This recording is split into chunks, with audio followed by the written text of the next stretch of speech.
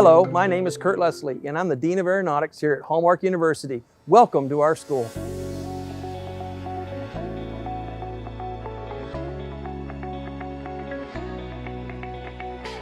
Come on, let me show you around. Hallmark University has been around since 1969. We're currently located here on the San Antonio International Airport. In this hangar, we have classrooms and a 70-station computer lab. We also have privately owned aircraft that are maintained and housed in this hangar. So what a great opportunity for our students to be immersed in this aviation industry. Good afternoon, Kurt Leslie and William Fisher with Hallmark University. I just wanted to say thank you for being with me today to talk about Hallmark University and all of the opportunities that you offer within education for not only the San Antonio area, but really our surrounding region for students and those degree paths or career paths that you enable them to pursue. So Kurt, I think I'll start with you, and if you wouldn't mind just giving us an introduction of who you are and what role you are taking or you have taken with Hallmark University.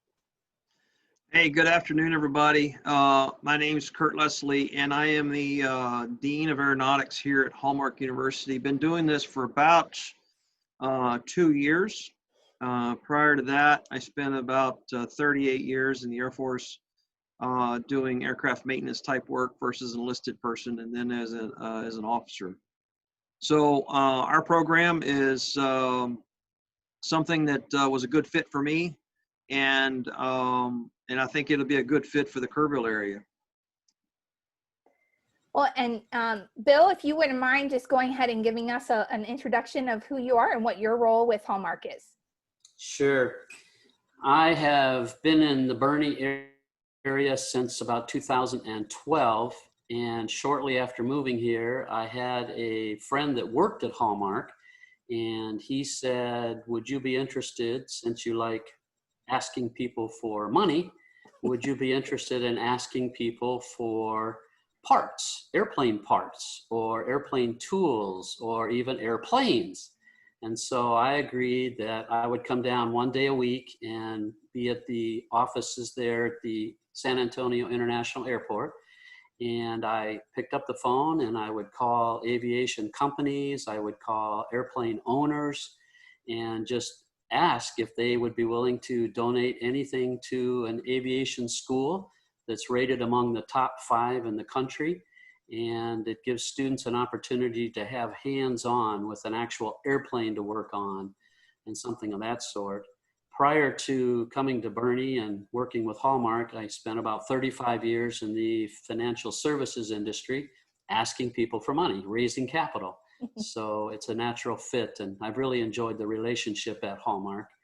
And since the early volunteer days, I've been blessed with being asked to be on the Hallmark Development Board. So that's my current standing there as a volunteer on the development board. Well, wonderful. Again, I just want to say thank you both for taking the time out of your schedules right now to talk to me and to give some more information about Hallmark University and your program of work.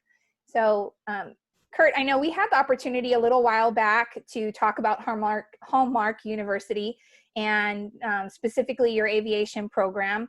And so could you give the audience just a little bit of a background on kind of where Hallmark started in San Antonio and how it's developed and is now in the place where it is, which is in the International Airport? Yeah, the program started in 1969 through Richard Fessler, and it started at Stinson Field. And the whole Hallmark University concept started just as an aviation school, where students would come there, meet the minimum FAA requirements, and earn their certificates and move on to bigger and better things. So it has now grown into into a 4-college school. We not only have an aviation program, we have a nursing program, a business program, and an IT information program. 3 of those programs are located on I-10. If you ever drive by I-10, you look one way, you see USAA. You look the other way, you'll see a Hallmark University building sitting there. And then our program, which is the aviation program, actually sits on the San Antonio International Airport. And not only do we now provide a method or an avenue for folks to earn their certificates from the FAA and their license from the FAA, but they also get to earn a couple of degrees along the way. So our program is 15 months long. They earn 96 credit hours, and in that time, they can earn their airframe and power plant license through the FAA, and they can also earn 2 associate degrees. Now that seems like a lot of hours in a very short period of time, and that's because it is. But it is, the reason how we can do that is our semesters or terms are every 8 weeks. So our terms and semesters will end on a Thursday and the next one starts on a Friday. So we really don't have a summer break. We really don't have much of a spring break. We have a little bit of a Christmas break. So we just, our whole goal and program is to get you in, get you your training, get your licenses, get your degrees, and get you back out on the street and finding a job. So, and again, in part of what we were able to talk about, one of the things that Bill talked about was just the ability, I think, within the program for students to really put their hands on real work. So this is a very applicable program, meaning these students are coming in, they are absolutely doing the work that they would be doing once they move on. And I was totally blown away with the video that you presented and the information that was in there as far as just the sheer amount of planes and parts and opportunities for them to put their hands on exactly what it is that they'll be doing moving forward. And I know that's a key component to it, right? I mean, I think that's one of the things that really sets you guys apart from maybe some other curriculums or universities. In fact, if I may, there's portions of our program that has to be hands-on. All of our training aids are FAA approved. All our curriculum has to be FAA approved, and they come inspect us every now and then. And we are absolutely required to have hands-on, and we try to get the best training aids. And Mr. Fisher here does a really good job of helping us get those training aids in our hangars so our students can get their hands dirty. In fact, Teresa, for anybody listening to the podcast, when they fly in or out of San Antonio International Airport, they'll see the Hallmark University buildings off to one side. And parked in front, there is a FedEx 727 and I believe a Southwest Airlines 737 that were provided to the university so students get that hands-on training. That's incredible. So the next time I'm doing my travel out of San Antonio airport, I will make sure that I look for that. And again, it just brings me back to the fact that I feel so blessed to be in an area where we have such proximity to training opportunities and for our students to be able to participate in that.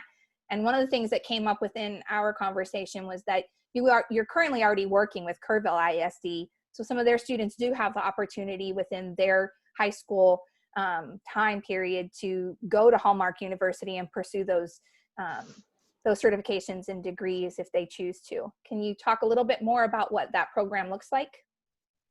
Well, as far as Kerrville ISD, we don't currently have any Kerrville High School students attending our program. We have students from Northeast Independent School District here in San Antonio and then San Antonio Independent School District. I have visited the program up in Kerrville. They've got a really great program up there, and the students are very excited about it. And I was talking to the instructor or the teacher over that class, and he has quite a few of them that are interested in the pilot track, but then he also wants to capture those students who are interested in the aviation maintenance track, because some of our students actually come from automotive. You know, they're really good about turning wrenches on cars and tractors and all that kind of stuff, and they just want to up it a notch and get a career in the aviation industry. So we get a lot of those high school students that come to us as well, and they find out real quick that it's not just getting your hands dirty, because you got to learn the books and you got to learn the regs and you got to learn the tools, and you know, and maintaining an aircraft is not just about doing heavy grease monkey type work. You know, it's about working on Wi-Fi systems and entertainment systems and interior systems and all avionics and painting and all that kind of stuff. So it really is a 360 full spectrum kind of career field. Well, and just sorry, go ahead, Bill. Is it fair to say, Kurt, that it's everything about an airplane except flying it? Yeah, well, you still have to kind of know the flight characteristics and what causes what. I mean, they really have a relationship with the pilot. I mean, the pilot's best friend is that maintainer on the ground, and they got to be able to speak the same language. So, and sometimes we got to tell the pilot what they need. uh, but but there are times they got to have that good communication, good relationship, so that the maintainer still also not doesn't need to know how to fly the airplane, but needs to know what the airplane's doing in flight so they can repair it properly. It's kind of like when you take your car to the dealership. Hey, it makes this sound when I do this, and the guy at the deal says, "Well, don't do that," and they won't do that. So, but Oh, I love it. So, part of the other thing that really struck me when we had the opportunity to talk was um, just the sheer knowledge and how you provide that opportunity for students to get through your program. There's lots of different initiatives and support that you provide students so that they can dedicate their time to this program because it is rather intensive. And again, I think that's something that continues to set you apart from a lot of other educational institutions. So can you talk a little bit about what those are? yeah, our student success office is absolutely the cream of the crop. When a student comes to us, we know that when students come to us, they may not have the best backgrounds. They may not have already learned the word integrity or communication or speaking the truth or stewardship and all those kind of things. So we have a character program that we put the kids through and students through. Some of them aren't kids, some of them are older than me. And when they come through the program, we kind of infuse that into the program. Now, we also know that they may not have a place to live. They may not have a job that supports their school. They may not have a scholarship. They may not have the means to get through school. So we have a whole section set up in our career services that will sit down with that student, find out what's going on. We can provide gas money cards. We can provide places to live in low cost areas. We can offer free bus tickets for students to come to school. There's places where they can't get medical care. We'll search out and find the free medical care places. So we just kind of do what it takes, whatever the needs are for the student, because we know that they've made this commitment to come to us, and they may not have all their ducks in a row when they get here, but we're going to help them get that all straightened out while they're here, because we know that our mission is to change, is to make a difference in an individual's life. And I always add in there, whether you want us to or not. You made the choice. You're going to come to us. We're going to make a difference, and you're going to finish this program. Yeah. Because we know on the other end of this, you're going to have a career that will not only change your life, but also your family's life and maybe your next generation's life. And so when the students are going through their program and they've passed their FAA certifications that are a part of the curriculum, and I would love for you to talk about just a little bit of where those testings come in and maybe what what the components are to them. But these students are going directly out into the workforce and working for a variety of different companies within the aviation industry. So can you talk a little bit about who those primary employers are? Yeah, absolutely. First, our program is a 4-step process. First of all, we're going to get all the degree requirements out of the way in their first term. And then the next 7 terms are going to be aviation related. So the first aviation course they're going to take is aircraft basic training.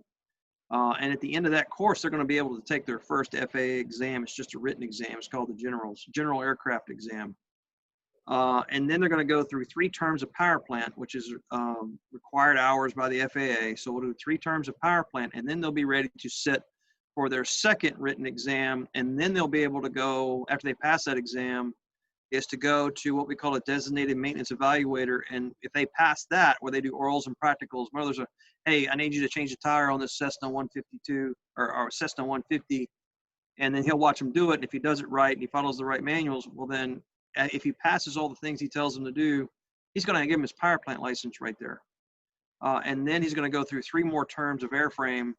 And same setup. He'll go through 3 terms. He'll take a written exam, and then he'll go do an oral and practical exam with that DME.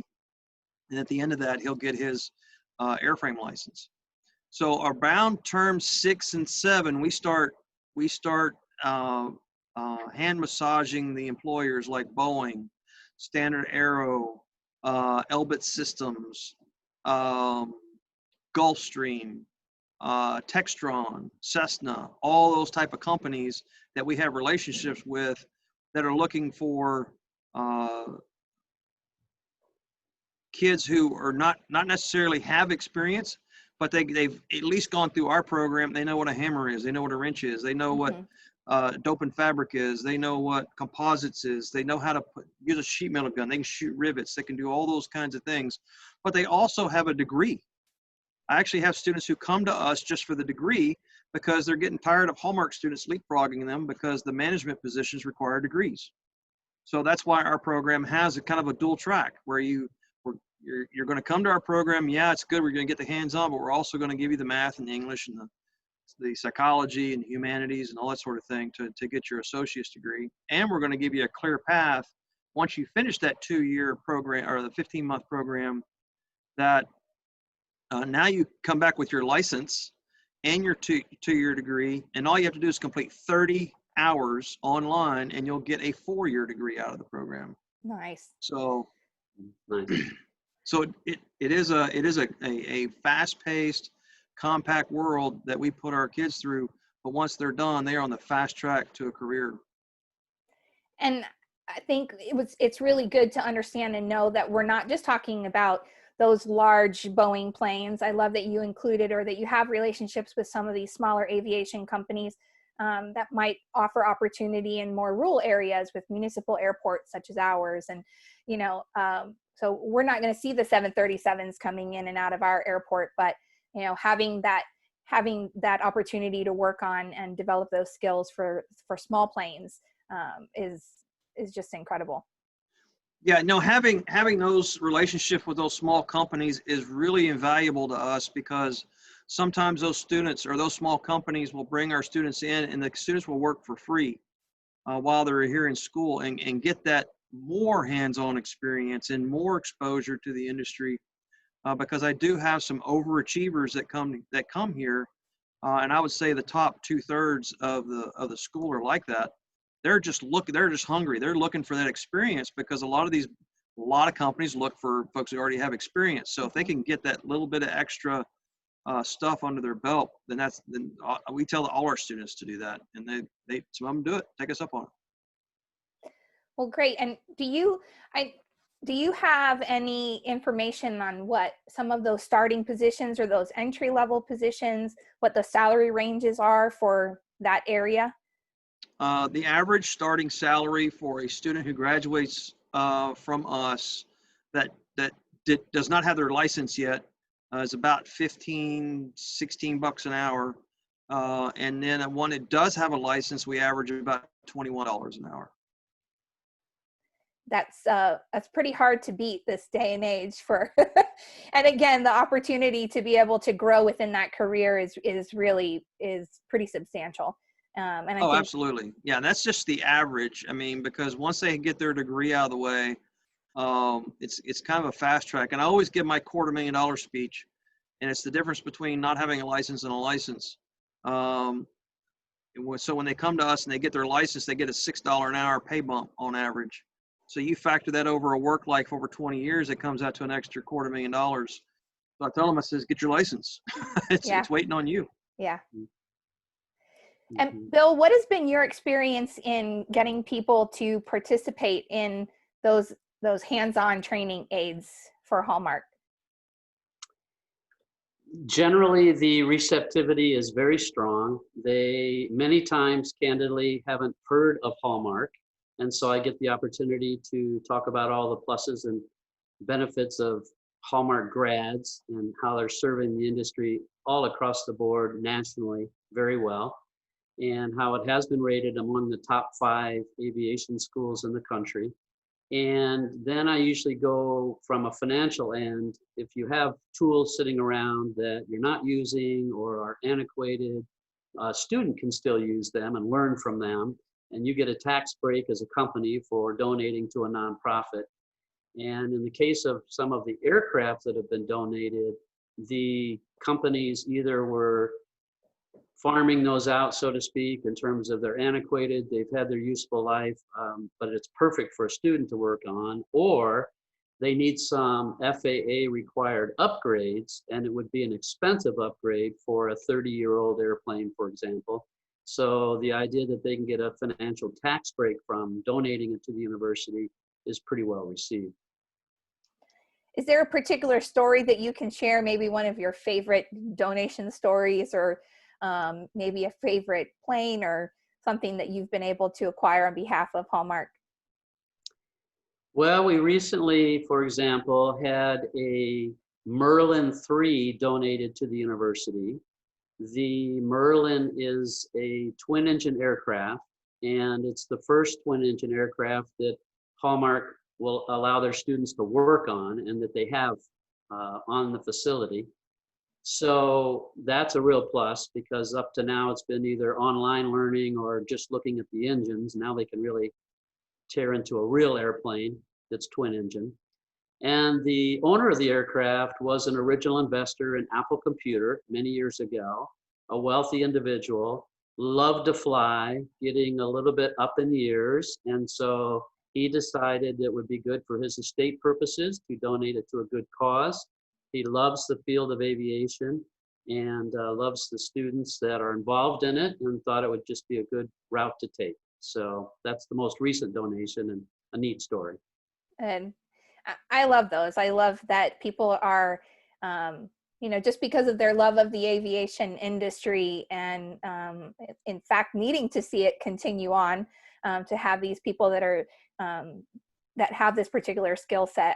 I just love it. Every single time I get to hear one of those, or again, I had the opportunity to do a virtual tour of the building and just see the sheer number of planes and parts that these people are able to really put their hands on. And it just speaks volumes for the work that you are doing, and for the people and their contributions to continue to make this a successful program. So what does it look like as far as paths forward for your students? I know you talked about those degrees and those certifications, and we've talked a lot about aviation because that's what my particular interest is in right now. But we also had a little bit of an opportunity to talk about some of your other programs. Kurt, would you be willing to just spend a little bit of time talking about maybe the business programs as well? Yeah, we take the same approach with all of our other programs. I'll start with nursing. I was just talking with the Dean of Nursing just earlier today, and we're ranked in the top 100 schools in the country. And we just started the BSN program not too long ago. So it's a 2-year program. They come to us. Again, it's every 8 weeks, those kids are rolling over and going into the nursing program.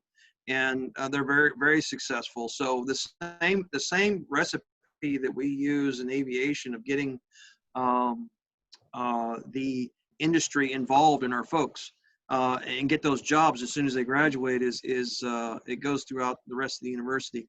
So you look at those 4 areas, the business, the IT, the nursing, and the aviation. All of those have an applicable need out there in the industry right now, especially IT. We can't train them fast enough, and they can't hire our graduates fast enough. So especially in our business world, our Pam McCrae, who is our Dean of Business, actually has really good relationships with local businesses, and our kids will go out on field trips and work right alongside their companies and their other employees, and they'll learn how to run a business right there. One of the ideas that we even thought of was of Hallmark starting up with their students, starting up their own business here at Hallmark. And then as they go through that business, that what they make in that business would actually pay for their tuition. So it's kind of a work release program kind of thing. Yeah. So it's the same formula across the four areas. There's a need out there. If the need went away and we never needed nursing again, which that'll never happen. But for example, if that went away and we found the cure for everything, then Hallmark would go away from that, and we would look for the next thing that's out there. Kind of like the S&P 500 only has the best 500 companies who are making money, and every once in a while when they fall out, they move into something, move into another company that is. Yeah. So that's kind of the four we've settled on for right now, and it seems to be very successful for us. Can I add a couple thoughts? Sure. Yeah. So with the nursing school, one of the couple of items that impressed me is not only is the demand very high, I understand there's 3 students for every 1 opening right now. And of Wow. course, once a person graduates from nursing, they can pretty much write their ticket as to where they want to live and who they want to work for. But they have on the top floor of the Hallmark University main campus a, what would you describe? A practical use doctor's office. So you have the operating rooms, you have the desk where somebody would greet you as you walk into the doctor's office. Oh. And it's been so well received. They've actually done a informational television program on that particular operating room. You cut the dummies, for example, and they bleed. I mean, it's the real deal. Wow. So very impressive there in nursing. With the IT school, they actually have kind of a cybersecurity war room set up where you have a whole bunch of computer screens and you're challenged to try and hack into a particular program, and they learn how servers are used, and it's pretty impressive. And then with the business school, Pam is doing a great job with actually partnering with local businesses to have the students come in and give them ideas about how to improve their business. And we're working on trying to include a very exciting leadership principle that Chick-fil-A has taught to their franchisees, their owners of their businesses all across the country for years. And it's now being made available to outside companies, outside universities. And the person that used to lead that at Chick-fil-A is in the San Antonio area and is working with Hallmark to try and come in as a teacher and teach those principles. So pretty exciting in each area. Yeah, I mean, we kind of just focus on aviation during our opportunity to speak with each other, but I'm just, again, totally blown away by the, you know, the training aids that you have, the people that you have participating in this. And, you know, again, it just speaks volumes for what you guys are doing for the school and also for the students that are participating in your program. Really, I think sets you guys apart from a lot of other institutions. How does a business, if they want to become, you know, if they want to become involved with you as far as one of those maybe business partners for students to come and intern or spend time with them, how do they go about becoming involved in with Hallmark? We have our advancement team the advancement team and the career services team continuously reach out to companies and establish those relationships. I'm also on the Chamber of Commerce, Aerospace Chamber of Commerce Committee here in San Antonio, where we meet once a month, and I get to visit with all those companies and hear all their needs, and I get to go in and say, well, I can satisfy those needs with what we're doing here. So between our advancement team of reaching out to those organizations and establishing those relationships, and the efforts that we're doing as far as getting our students in front of those employers and meeting the need. That's the biggest thing, is meeting those needs, but we got to figure out what those needs are. And then once our best advertisement is when our student goes to work for them.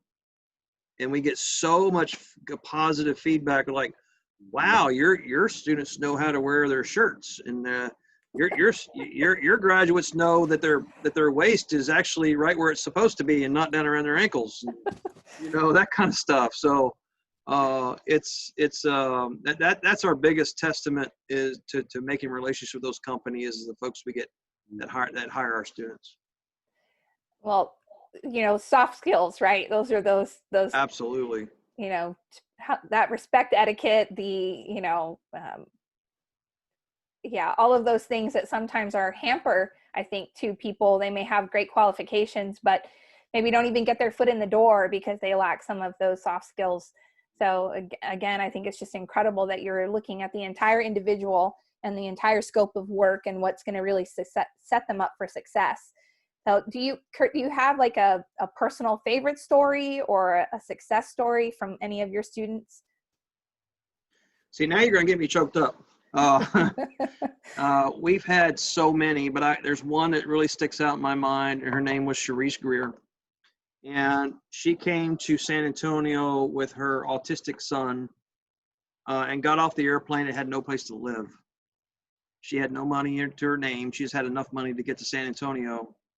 And Sharice, when I first met her, I went, I wasn't sure if she was going to make it or not. But we kind of took her under our wing, and I mean, we had her over our house for Thanksgiving. We would, slide her a little bit of money for food on some weeks and gas money, and her car broke down, so we helped her with that. And we just kind of got her to where she got her feet under herself, and being a minority female in a predominantly male work industry was a big enough challenge at that. And then she would not let up. She continued to ask questions. She was always here early. She was always here late. I even accused her a few times of sleeping here at night. But she ended up finishing the program. And when you think about that, she started off homeless with an autistic son with no place to go, to someone who finished up with 2 associate degrees, her airframe and power plant license, and a full-time job at Standard Aero, making $25 an hour. Wow. It's just phenomenal to see that the change that we were able to provide or to facilitate in that person. Yeah. I love that story. I can't think of a better way for people to be able to relate and see really what your approach is. Again, it just is about the individuals and really doing whatever it is that you guys can do as an organization to help create that path for success. So the other part of what I wanted to talk about, I think, Bill, when we first got on, before we started recording, I got a glimpse of your shirt. Would you like to? See if I can get up to the camera here. Yay! Last year, Hallmark University celebrated their 50th anniversary as a school in San Antonio, and they started out obviously in aviation, and they've branched out now to the other 3 colleges that Kurt just mentioned, and enrollment continues to climb, and the integrity is a key principle that the students graduate with. Great hands-on training in each of the curriculums, very well received by employers when they graduate, and among the shortest periods of time to get a 4-year degree. Yeah. For not very much money in tuition, lots of scholarships and grants available. So when you combine that with the story you just heard from Kurt, it's a great school, a great place to graduate from and go on and work in the workforce.